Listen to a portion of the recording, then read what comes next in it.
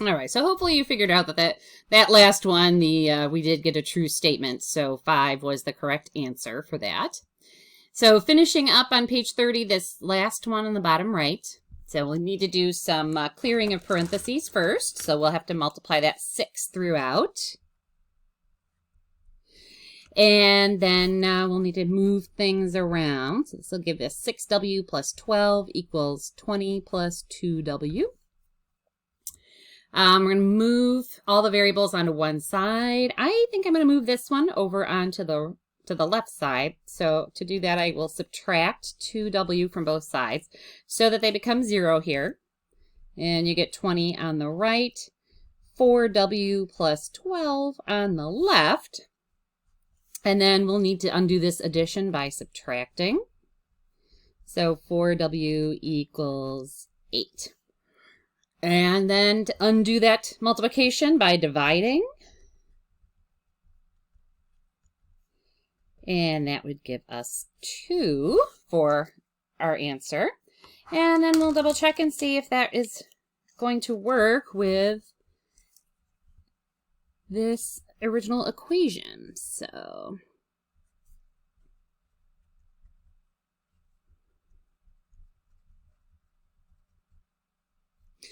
I'm going to have, let's see, I'm going to scoot this down a little bit because I'm kind of at an angle. So we're going to plug 2 in wherever there was a w in that original equation, and then we'll do some simplifying and see if we get the same thing on both sides.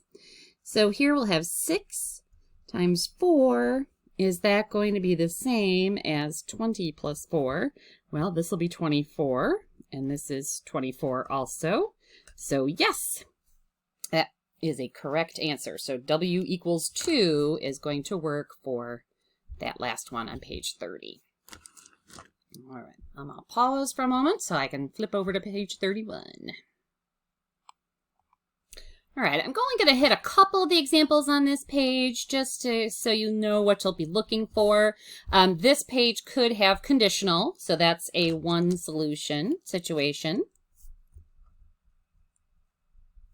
Identities, which is the infinite solution situation, or contradictions, which is the zero solution situation.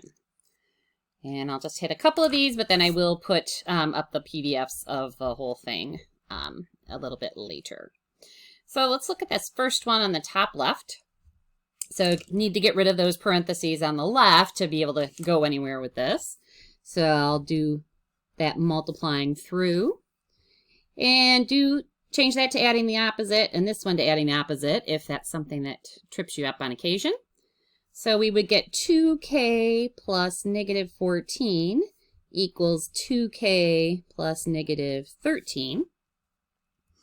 Now we're going to move the k terms so that they're both on the same side. So I'm going to subtract 2k from both sides. And what happens is that not only does it cancel those out here, but it cancels them out over here. So we end up with a negative 14 equaling negative 13. Now, is that true? No. So this is a false statement, which means this is a contradiction. And that means that there is no solution.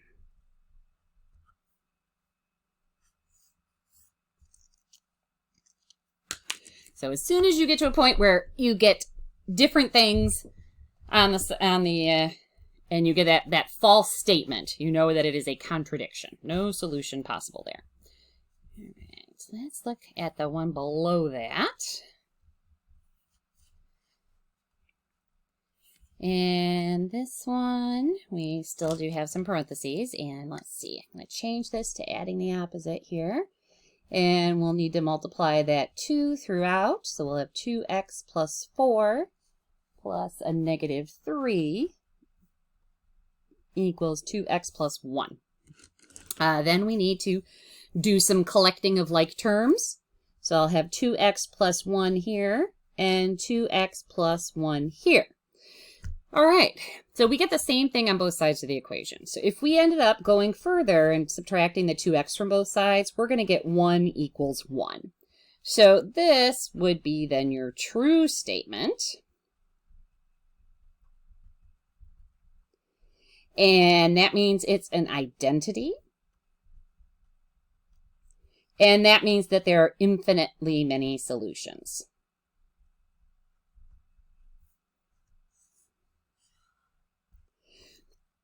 Now, the other possibility is that you would get a single solution, and that's what we were practicing on the previous page. So there's only going to be one, and you'll get, x or n or r or whatever variable it is equals something. Okay, let me pause here, and we'll flip to the next page. All right, here we are on the top of page 32. And for these first couple, we are just looking at what could we multiply through the entire equation by a value so that we could get rid of fractions or decimals, depending on which situation we're looking at. So in the first one here with the fractions, let's look at that. So I need to look at the LCD, because you'll remember we said we needed to have the least common denominator, and that's what we're going to multiply through. So I need to look at 2, 4, and 7. So 2 is just 2, 4 is 2 squared, and then 7. So the LCD here is going to have some 2's and a 7. I'll actually have 2 squared. So that would be 28. So 28 is going to be the smallest thing that I can multiply through here that will get rid of our fractions. This is actually the least common multiple. So that one will work. And then anything that has those pieces of 28 and is bigger than 28 could also work. So for 42, if I did a quick prime factorization of that, we would get 2, 3, and 7. All right, well, that doesn't have all the pieces that I have in 28. So the only one that would work here would be 28. If I only did 4, for example, and I multiplied each of these terms by 4, it wouldn't get rid of the 7 in the denominator on that one. It would only get rid of the other ones. So I want to pick the value that is going to clear all of them. And in this case, just 28 will work. With the decimal situations, it's a little easier usually to spot these because we just need to look at how many places we have past the decimal point, and then based on that, use the value, the power of 10 that will correspond to that. So here I've got 1, 2 places past the decimal point. Here I've got 1, 1, 2, and 1. So I just need to multiply by something that is going to have 2 zeros, because that's the largest number of places past the decimal point that I have in any of those. So I have to have something that has at least 2 zeros, which means that gets rid of 10, but 100 would work, 1,000 would work, or 10,000 would work. 100 would be the smallest possible power of 10 you could use. And I will show you exactly how we actually go through and do this once we've decided what we're multiplying by in the next few examples.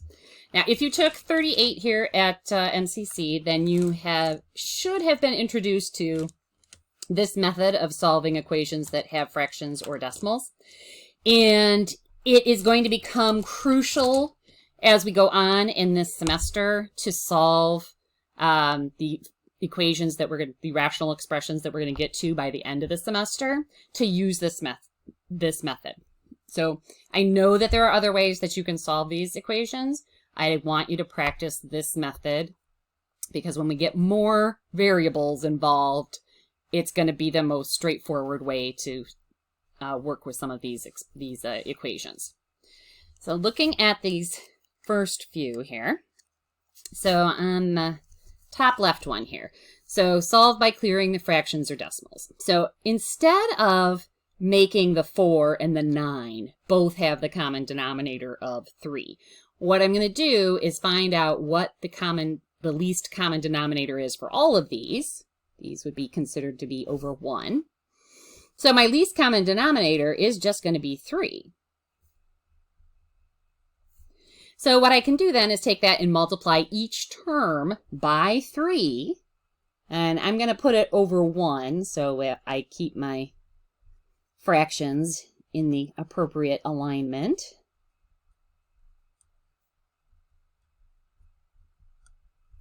And you can see that I'm taking that expression 3 over 1 and I'm multiplying each term by that.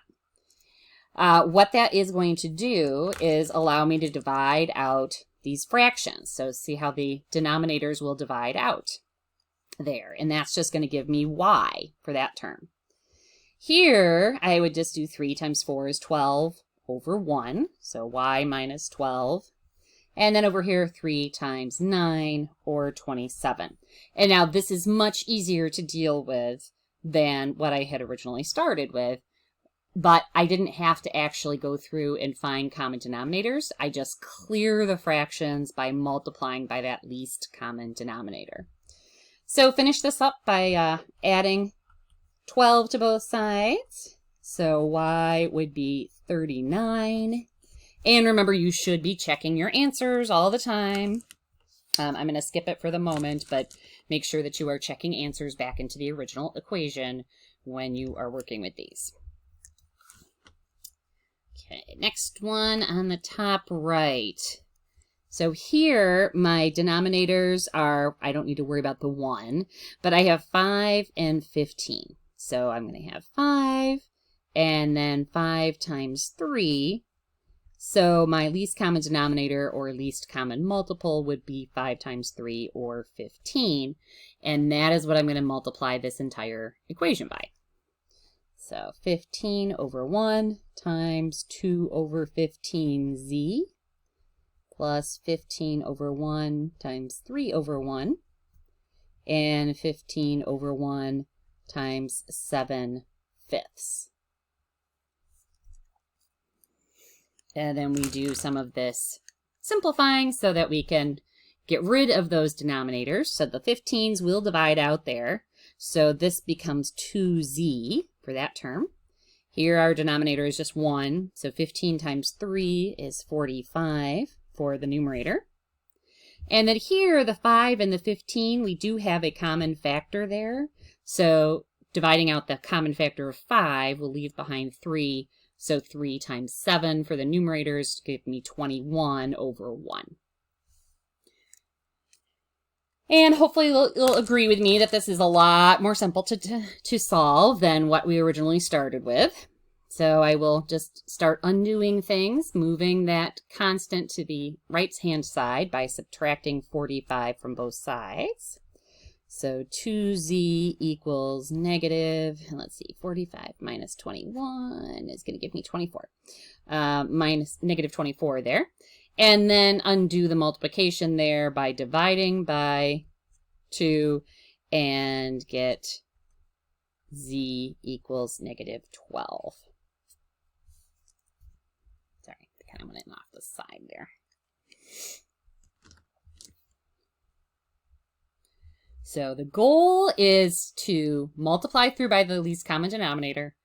And we pick that one because it will clear all the denominators and leave me with just integers and a much simpler situation to solve. Now I'm going to skip this one for the moment and we'll look at this one with the decimals. So looking at how many places past the decimal point, I've got 1 place past the decimal point for each of these. So that means the power of 10 I want to use is just 10.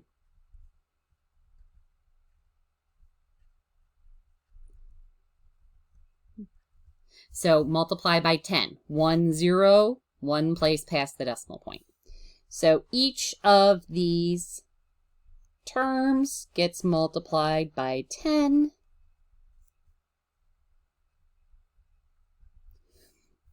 So now this one, remember when we multiply by 10, we're going to move the decimal point to the right.